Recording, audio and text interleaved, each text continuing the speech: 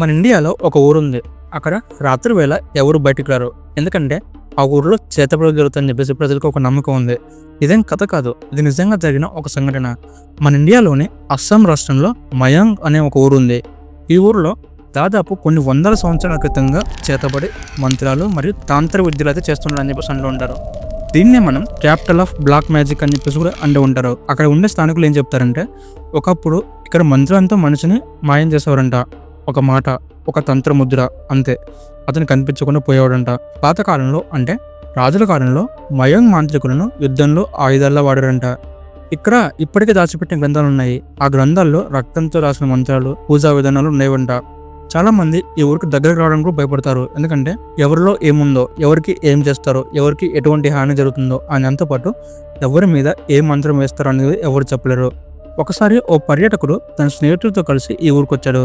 ఒక వృద్ధ మంత్రికుడిని కలవాలని చెప్పేసి ఆసక్తి పడ్డాడు. ఆ తర్వాత అతను ఎవరు చూడలేదు, ఒక ఫిర్యాదు కూడా దాఖలైంది.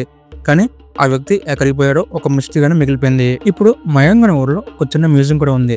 అందులో పాత తంత్ర పుస్తకాలు, దిష్టి బొమ్మలు, రహస్య మంత్రాలు దాచబడ్డాయి. కానీ ఇవి చూస్తే తెలిసేది మనకి జస్ట్ ఒక 10% మాత్రమే. మిగిలిన 90% ఇప్పటికీ బయటికి రాలేదు. అండ్ ప్రెసెంట్ డేస్ లో కూడా కొన్ని రాత్రుల్లో ఆ ఊర్లో మంత్రాల శబ్దాలు వినిపిస్తాయని చెప్పేసి అంటుంటారు.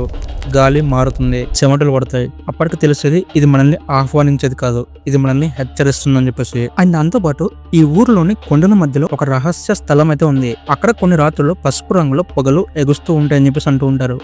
అదే చోట ఓ భయంకరమైన సంఘటన కూడా జరిగింది. అదేంటంటే, ఒకసారి ఇద్దరు యువకులు ఆ అడవిలోకి సాహసంగా వెళ్లారు. ఒకడు మొబైల్తో వీడియో తీస్తున్నాడు. ఇద్దరు కలిసి నవ్వుతూ వెళ్లారు. కానీ కొన్ని నిమిషాల్లోనే కెమెరాలో కొన్ని ఛాయలైతే కనిపించాయి. వెనక తిరిగినప్పుడు ఒకరు లేరు. ఆ వ్యక్తి అదృశ్యమయ్యాడు. కేవలం ఒక మంత్రం మాత్రమే వినిపించిందంట, అంతే. అతని ఆచూకీ ఇప్పటికి లభించలేదు. దీని గురించి అక్కడ ఉండే స్థానికులు ఏం చెప్తారంటే, ఇక్కడ రాత్రి కాలం చేతబడి కాలం. మనుషులు శరీరం కనిపించకపోయినా కానీ వారి ఆత్మలు ఈ అడవులను తిరుగుతుంటాయని చెప్పేసి అంటూ ఉంటారు. ఇంతకీ మీరు ఈ స్టోరీస్ నమ్ముతారా? అండ్ చేతబడి అని నిజంగా కాన్సెప్ట్ ఉందా? మీ ఒపీనియన్లో కామెంట్ చెప్పండి. అండ్ అంతేకాకుండా మీరు నిజంగా ధైర్యవంతులైతే ఈ ఊరికి వెళ్తారా లేదా కామెంట్ చెప్పండి. సో ఇది వాళ్ళ వీడియో. ఈ వీడియో మీకు నచ్చితే లైక్ చేయండి. ఇలాంటి మరెన్నో వీడియోస్ కోసం మన ఛానల్ సబ్స్క్రైబ్ చేసుకోండి.